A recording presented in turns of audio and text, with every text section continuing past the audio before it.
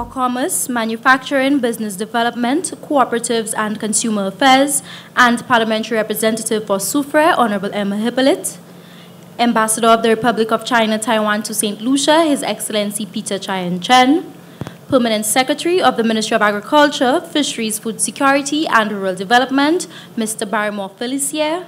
Heads of Departments of the Ministry of Agriculture, Chief of the Taiwan Technical Mission, Mr. Daniel Lee, the Mayor of Soufriere, Cletus Didier, the Chairman of the Soufriere Regional Development Foundation, Sam Auger, the Manager of the Soufriere Marine Management Authority, Mr. Harold Dalson, Assistant Superintendent of Police, Dominic Leonti, Financial Controller of Sugar Beach Advisory Resort, Valerie Henry, Operations Manager, Kako Setlisi, Maria Jackson, the World Food Day Committee of the Ministry of Agriculture, St. Lucia Network of Rural Women, farmers, agro-processors, teachers and students, distinguished guests and participants, I bid you a pleasant morning and welcome you to the Cocoa Festival under the theme Enhancing Our Food and Nutrition Security in commemoration of World Food Day 2023.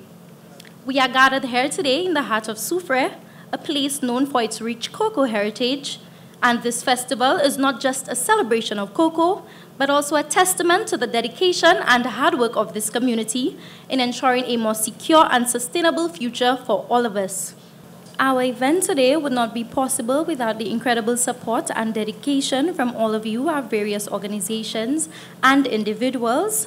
So we're honored as well to have with us here today the Ambassador of the Republic of China, Taiwan to St. Lucia. As we know, the government and the people of Taiwan, of course, remain a steadfast partner who has continuously supported the ministry in hosting many of festivals such as these.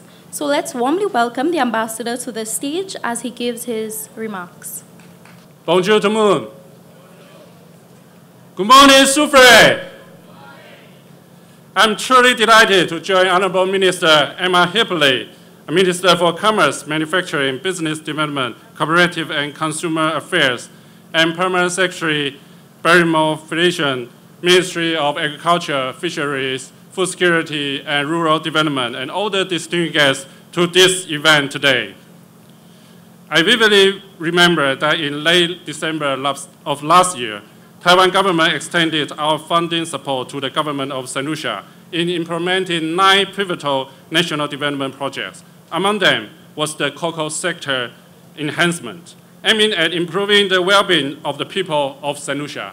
We stand here not only to celebrate St. Lucia's rich cocoa heritage, but also promote local products and sustainable agricultural practices. It also meets the spirit of the United Nations Sustainable Development Goal 2, which is to end hunger, achieve food security, and improve nutrition and promote sustainable agriculture. For that, I would like to commend Honorable Minister Emma Hippolyte, Honorable Minister Alfred Prosper, and colleagues from Ministry of Agriculture for your leadership and tireless efforts in achieving these goals. Cocoa is one of the significant economic crops in St. Lucia. I always enjoy the unique flavor of cocoa tea. And I would like to share that Taiwanese people also have a great fondness of chocolate. According to recent statistics, Taiwanese consume 11,800 metric tons of chocolate per year. And I believe there are very few people in the world who don't like chocolate. Moving ahead, Taiwan commits to nurturing a robust partnership with the St. Lucia government, embracing a spirit of cooperation for mutual benefit of our two nations. Thank you. The government of St. Lucia, through the Ministry of Agriculture, continues its promotion of local products. We have held promotion on bananas, mangoes, sea moss, coconut, and cassava. Today, we are here in the picturesque town of Soufriere hosting the Cocoa Festival. This festival is aimed at sensitizing the public on the various uses of cocoa in its raw and agro-processed form, in food and beverages, health, cosmetics, and other areas.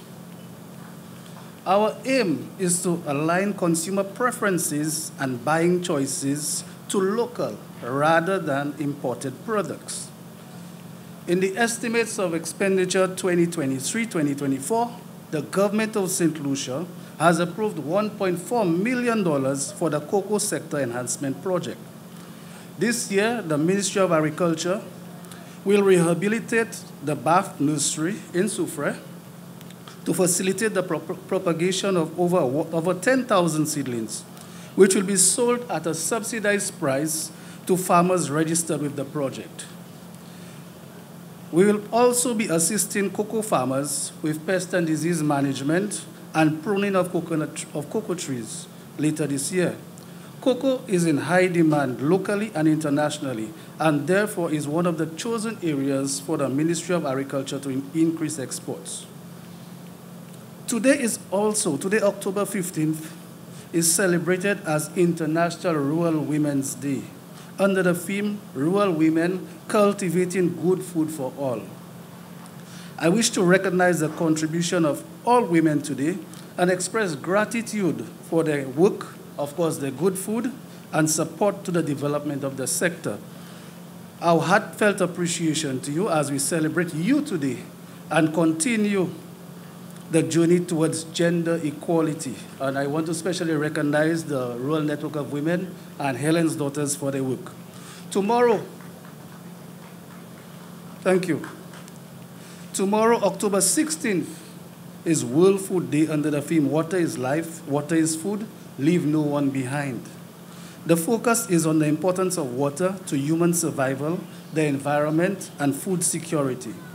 We are asked to adhere to the sustainable practices that allow for the reuse and conservation of water. And ladies and gentlemen, with these words, on behalf of the Ministry of Agriculture, I wish to extend a happy and blessed World Food Day 2023 to everyone. Ladies and gentlemen, thank you for attending. Please support all our vendors here today, the suppliers, agro-processors, and have a wonderful cocoa festival. I thank you. I recognize that the young lady said I'm going to have a keynote speech. I'm just going to have a conversation. I am very pleased as your PAL rep to welcome all of you to this cocoa festival. Let us give the Ministry of Agriculture a round of applause for their activities. I also want you to help me thank the Ambassador Peter Chen and the Republic of China, Taiwan, for the support given to our government in different areas, but especially in the area of agriculture. Let us show our appreciation. I must tell you that our Prime Minister is traveling out, but I want to bring you greetings in the name of the Honorable Prime Minister, Honorable Philip J. Pierre, and the Cabinet of Ministers, because you have a government that remain laser focused on the issue of food security. Laser focus on the issue of food security. So the role of the Ministry of Agriculture and the support that we are receiving from our friends of the Republic of China, Taiwan is critical for us. Now I can tell you today, the Ministry of Agriculture is doing its part. The Ministry of Finance is doing its part in ensuring that the resources are there. We have the Taiwan Mission who are here providing the technical support as well as the financial support. So today I want to say to all our farmers here, all of St. Lucia, all our teachers, that with this help, what is missing, you are the part that must come to work with us to make food security a reality. Ek m'a vle di san Creole, gouvernement ka fait ça pour aider farmers, ministre agricole ka fait ça pour supporter farmers, et puis Taiwan Mission ka fait ça pour ban nous support. Mais nous besoin tout gens ici. Tout teacher teach mamay à l'école là pour mutuer agricole. Mutuer aussi pas simplement agricole, je veux dire nous capable c'est pour cacao nous capable sur agricole, mais aussi pêche, la mer là. How we as citizens utilize the resources that the Lord has given us to feed ourselves. And in doing so, I want to raise the whole issue of sustainable agriculture for us. Because we talk about, when you look at the theme, we speak about nutrition. And we are saying that it is time we focus a lot more on what the Lord has given us and to use it effectively to feed ourselves. It is interesting that we are speaking today on World Food Day. And upon reflection, I remembered I was part of the team at the FAO when we introduced World Food Day for the first time. And I can tell you it was a mammoth undertaking. But it was, when I reflect now on how we have used it, it was an event that has changed the focus of the FAO in terms of ensuring food security for the world. World Food Day allows us to stop and to look at the resources that we have and how we utilize it in terms of providing food and sustenance for us as a people. Now, today we are here looking at Cocoa Festival. And again, I am very pleased to tell you that it is that cocoa you see there and the coffee, which is what my mom, my parents used to send us to school. So I can tell you that as a student, I knew what it was to watch the weather.